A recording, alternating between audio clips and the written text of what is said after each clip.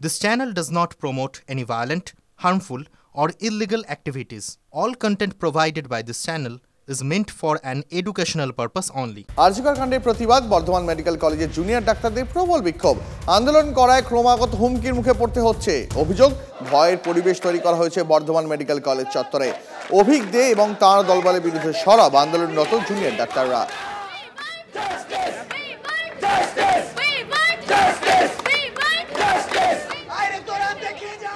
বিচারের যে বাণী নীরবে নিভৃতে কাঁদছে তার তথ্য প্রমাণ লোপাটের অভিযোগে যারা অভিযুক্ত তার মধ্যে অভিক দে যেই অভিকদের নেতৃত্বে বর্ধমান মেডিকেল কলেজে থ্রেট এবং সন্ত্রাসের বাতাবরণ তৈরি হয়েছিল আজকে অভিক দেকে সামনে রেখে সেই অশুভ শক্তিকে তাদের কুষ্পত্তলিকা দাহ করে আমরা প্রতিবাদ ধ্বনিত করলাম যেভাবে অসুর এবং অশুভ শক্তির বিনাশ হয় আমরা বর্ধমান মেডিকেল কলেজ তারই প্রতিধ্বনিত করছি। নিশ্চয়ই তার সেখানে আমার দায়িত্ব আছে তাদেরকে যেন আতঙ্কে না থাকে সেটা নিশ্চয়ই আমি দেখছি।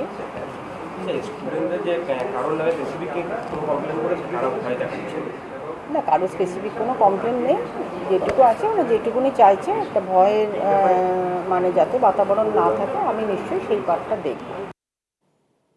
শুধু বর্ধমান নয় মেদিনীপুর মেডিকেল কলেজেও জুনিয়র চিকিৎসকদের বিক্ষোভ মুস্তাফিজুর রহমান মল্লিককে নিয়ে কলেজ কর্তৃপক্ষ যে নির্দেশিকা জারি করেছে তা প্রত্যাহারের দাবিতে বিক্ষোভ dean of student affairs doctor RN. মাইতিকে ঘিরে প্রবল বিক্ষোভ জুনিয়র চিকিৎসকদের ঘেরাও করা হয় ডিন এবং হাসপাতালের সুপারকে জুনিয়র ডাক্তারদের দাবি প্রবল প্রভাবের মুখে নথি স্বীকার করছে মেদিনীপুর মেডিকেল কলেজ কর্তৃপক্ষ আর সেই কারণেই 24 ঘন্টার মধ্যে নির্দেশ বদল হয়েছে মুস্তাফিজুর রহমান মেদিনীপুর মেডিকেলের প্রাক্তন ছাত্র এবং হাসপাতালের তৃণমূল ছাত্র পরিষদের ইউনিট প্রেসিডেন্ট তার বিরুদ্ধে অভিযোগ যে আন্দোলনরত চিকিৎসকদের নানাভাবে চাপ দিচ্ছেন এই নিয়ে আন্দোলনে নামেন জুনিয়র চিকিৎসকরা আর এর জেরেই হাসপাতাল ও কলেজ চত্বরে ছাত্রনেতা মুস্তাফিজুর রহমান মল্লিকের প্রবেশে সাময়িক নিষেধাজ্ঞা জারি করে মেদিনীপুর মেডিকেল কলেজ কর্তৃপক্ষ অভিযোগ সেই নির্দেশ 24 ঘন্টার মধ্যে বদলে ফেলে কলেজ কর্তৃপক্ষ কোন চাপে এই বদল প্রতিবাদে বিক্ষোভ জুনিয়র ডাক্তারদের।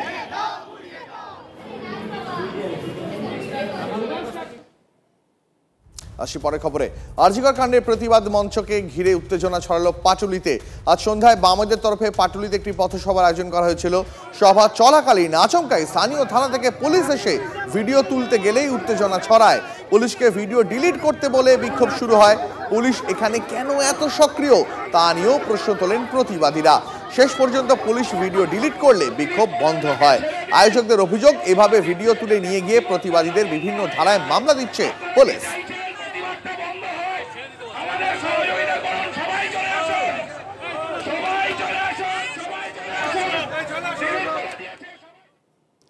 একের পর এক মেডিকেল কলেজের থ্রেট কালচার সেরকমই পরপর অডিও প্রকাশ্যে আসছে ভাইরাল অডিও ক্লিপ ঘুরছে চিকিৎসকদের বিভিন্ন গ্রুপে তৃণমূলের চিকিৎসক নেতা বিরূপাক্ষ বিশ্বাসের কণ্ঠস্বর বলে দাবি জুনিয়র চিকিৎসকদের মাস তিনেক আগের অডিও ক্লিপে প্রাণনাশের হুমকিও দিচ্ছেন বিরূপাক্ষ তৃণমূল ছাত্র পরিষদের সংগঠন না করলে আরজি করে স্টাইলে ফেল করিয়ে দেওয়ার হুমকি রয়েছে ওই ফোনে। ডাক্তার কবে হবি মানে তুই পাস কবে করবি ইন্টার্নশিপ কবে তো ইন্টার্নশিপ কমপ্লিট হবে মে মাসে তার যদি সার্টিফিকেট না পাস তাহলে কি হবে কেন করবি তো 10 বার করে মেডিকেল কাউন্সিলে কেন কথা বলছি যে চন্দ্রমণি ঝাড় নাম শুনেছিস ওটা আপনি দিয়েছিলাম বছর পরে কি গেছে তো আপনি দিয়ে গেল আমি তো কিছু করিনি দাদা কেন কি হয়েছে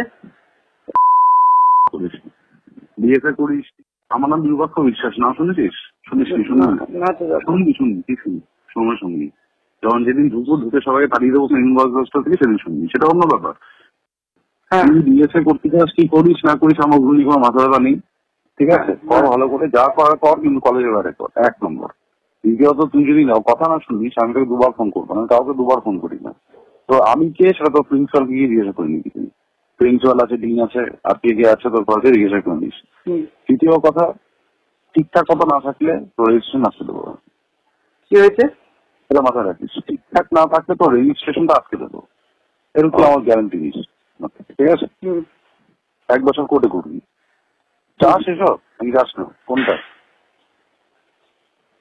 আর আমার নামে যদি কমপ্লেন লিখতে হয় নামটা লিখে নে ডক্টর বিরূপাক্ষ বিশ্বাস আবারও বললাম তোকে আমি ঠিক আছে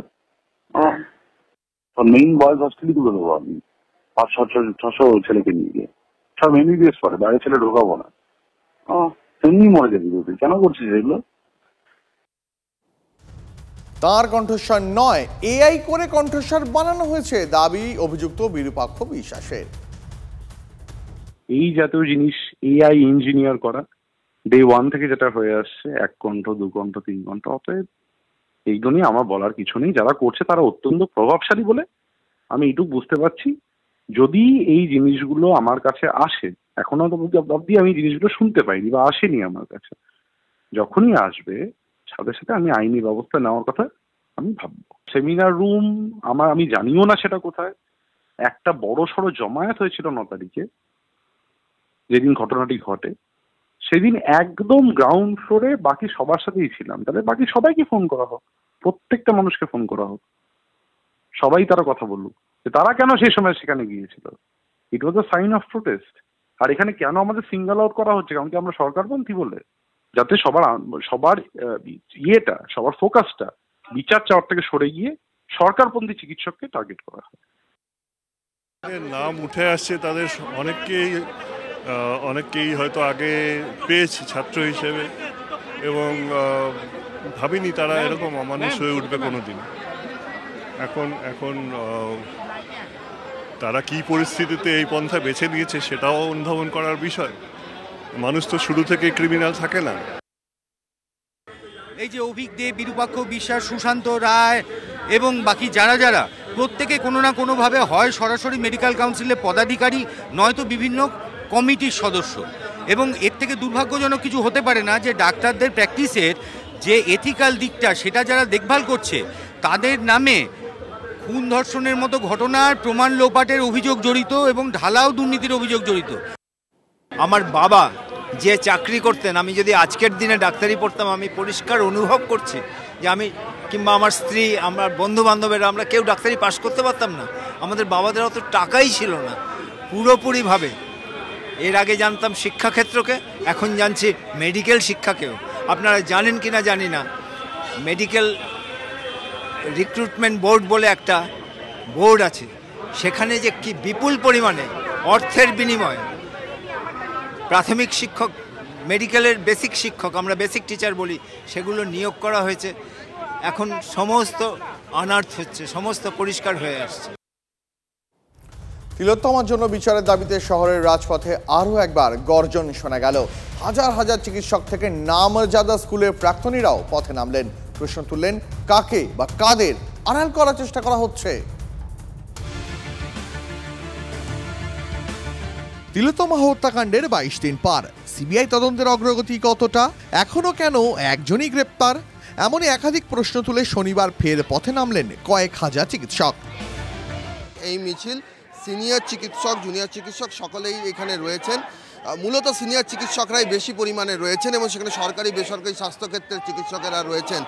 জয়েন্ট প্ল্যাটফর্ম অফ ডক্টরসের ডাকে এই আহ্বানে এই মিছিল, যে ওয়েস্ট বেঙ্গল মেডিকেল কাউন্সিল রাজ্যের সমস্ত চিকিৎসকদের অভিভাবক, সেই মেডিকেল কাউন্সিল থেকে তারা সিজিও কমপ্লেক্সের দিকে উই ওয়ান্ট জাস্টিস এই স্লোগান তুলে পায়ে পায়ে যাচ্ছেন সিজিও কমপ্লেক্সের দিকে। আমাদের এই যে পদযাত্রার শুরু এবং শেষ তাৎপর্যপূর্ণ।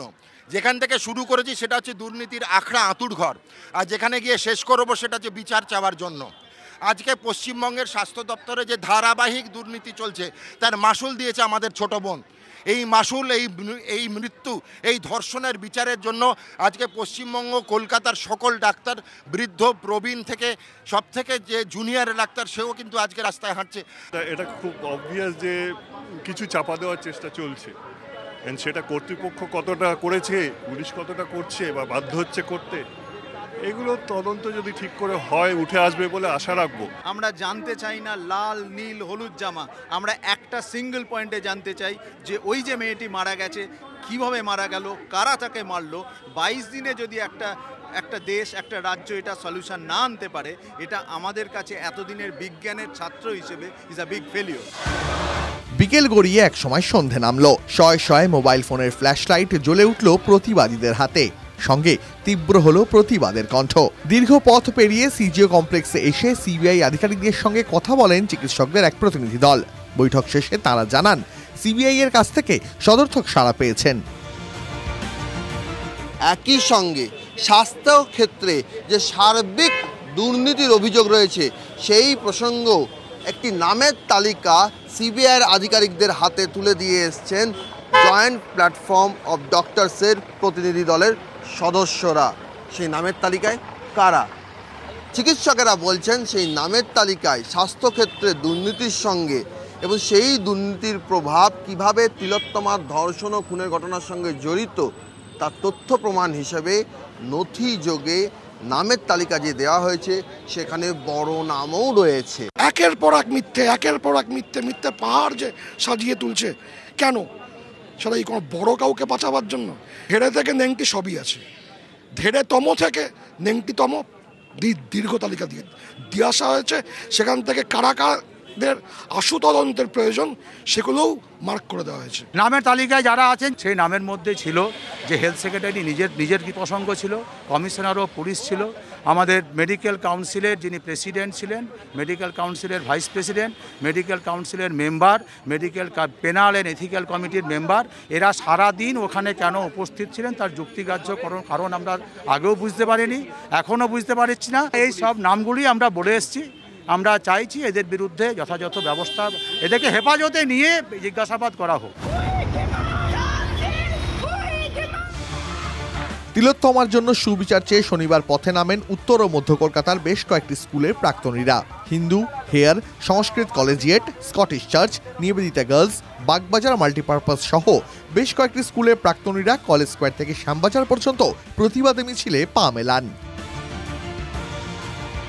তিলোত্তমা ধর্ষণ খুনে দোষী শাস্তির দাবিতে পথে শিক্ষকরাও। শিয়ালদা থেকে শ্যামবাজার পর্যন্ত শিক্ষকদের মিছিল। দক্ষিণ কলকাতা স্কুলের প্রাক্তনীরাও প্রতিবাদ মিছিলে সামিল হলেন যাদবপুরে। রোজই কোন না কোনো কলেজ বা বিদ্যালয়ের প্রাক্তনীরা তারা রাস্তায় নামছেন তিলোত্তমার বিচার চেয়ে। তেমনি যাদবপুর হাই স্কুল এবং যাদবপুর বিদ্যাপীঠের তরফ থেকে তাদের প্রাক্তনীদের আয়োজিত যে আরজিকর কাণ্ডের সুবিচারের দাবিতে মিছিল, সেই মিছিলের অগ্রভাগে দেখা গেল বর্ষিয়ান সিপিএম নেতা কান্তি গাঙ্গুলিকে। কান্তি গাঙ্গুলি হাঁটলেন এবং তার সাথে সাথে দাবি উঠল তিলোত্তমার সুবিচারের। ঘটনার 22 দিন পার, কিন্তু প্রতিবাদের ভাষা এবং মিছিলের বহর জানান দিল এখনো বহু পথ চলা বাকি। Bureau report, TV9 Bangla. নজর রাখবে এই মুহূর্তে একটি অত্যন্ত গুরুত্বপূর্ণ খবরের দিকে। নিউ টাউনের শুট আউট, গুরুতর আহত একজন। নিউ টাউনের রাম মন্দিরের কাছে শুট আউট, বাইকে করে এসে দুজন যুবক গুলি চালায়। আশঙ্কাজনক অবস্থায় আহত নাসিম উদ্দিন। ঘটনাস্থলে ইকো পার্ক থানার পুলিশ। এই মুহূর্তের ব্রেকিং নিউজ, নিউ টাউনের শুট আউট, গুরুতর জখম এক। নিউ টাউন রাম মন্দিরের কাছে শুট আউট, বাইকে করে এসে দুই যুবক গুলি চালায়। আশঙ্কাজনক আহত নাসিম উদ্দিন। সহকর্মী রঞ্জিত রয়েছেন এই মুহূর্তে আমাদের সঙ্গে। রঞ্জিত, কেন গুলি চালানো হলো এই বিষয়ে এখনো পর্যন্ত পুলিশ প্রাথমিকভাবে কি মনে করছে? দেখো দীপ, নিউ টাউনে যে রাম মন্দিরের কাছে গুলি চলেছে এবং বাইকে করে এসে দুই দুষ্কৃতী কিন্তু গুলি চালায় এবং সেই সময় শেখ নাসিমউদ্দিন খান তিনি কিন্তু চায়ের দোকানে চা খাচ্ছিলেন এবং পয়েন্ট ব্ল্যাঙ্ক রেঞ্জ থেকে গুলি করেছে, এমনটাই পুলিশ সূত্র মারফত খবর। এবং খুবই আশঙ্কাজনক অবস্থায় যুবককে কিন্তু এই মুহূর্তে নিয়ে যাওয়া হয়েছে বিধাননগর মহকুমা হাসপাতালে এবং সেখানেই তার চিকিৎসা চলছে। প্রাথমিকভাবে পুলিশ কে বা কারা এই ঘটনার সঙ্গে জড়িত সেই বিষয়টি খতিয়ে দেখছেন। ঘটনাস্থলে পুলিশের উচ্চপদস্থ আধিকারিকরা এসেছেন এবং নিউ টাউনের রাম মন্দিরের কাছে হঠাৎ করে ভর সন্ধ্যে নাগাদ কেন গুলি চললো সেই বিষয়ে কিন্তু পুলিশ এখনো পর্যন্ত স্পষ্টভাবে কিছু জানাচ্ছেন না। তবে প্রাথমিকভাবে যেটা জানা যাচ্ছে ব্যক্তিগত শত্রুতা থাকলেও থাকতে পারে, এমনটাই কিন্তু পুলিশ সূত্র মারফত খবর। তবে নিউ টাউনের দাঁড়িয়ে যে সিসিটিভি গুলো, অর্থাৎ নিরাপত্তার দায়িত্বে থাকা সিসিটিভি গুলো ফুটেজ খতিয়ে দেখা হচ্ছে কে বা কারা এসেছিল এই ঘটনার সঙ্গে। তবে দুজন যুবক এসেছিল বাইকে করে, তারা কিন্তু ওই চায়ের দোকানের সামনে ওই যুবককে লক্ষ্য করে পয়েন্ট ব্ল্যাঙ্ক রেঞ্জ থেকে বুকে গুলি চালায়। বুঝতে পেরেছি রঞ্জিত, আপাতত তোমাকে ধন্যবাদ।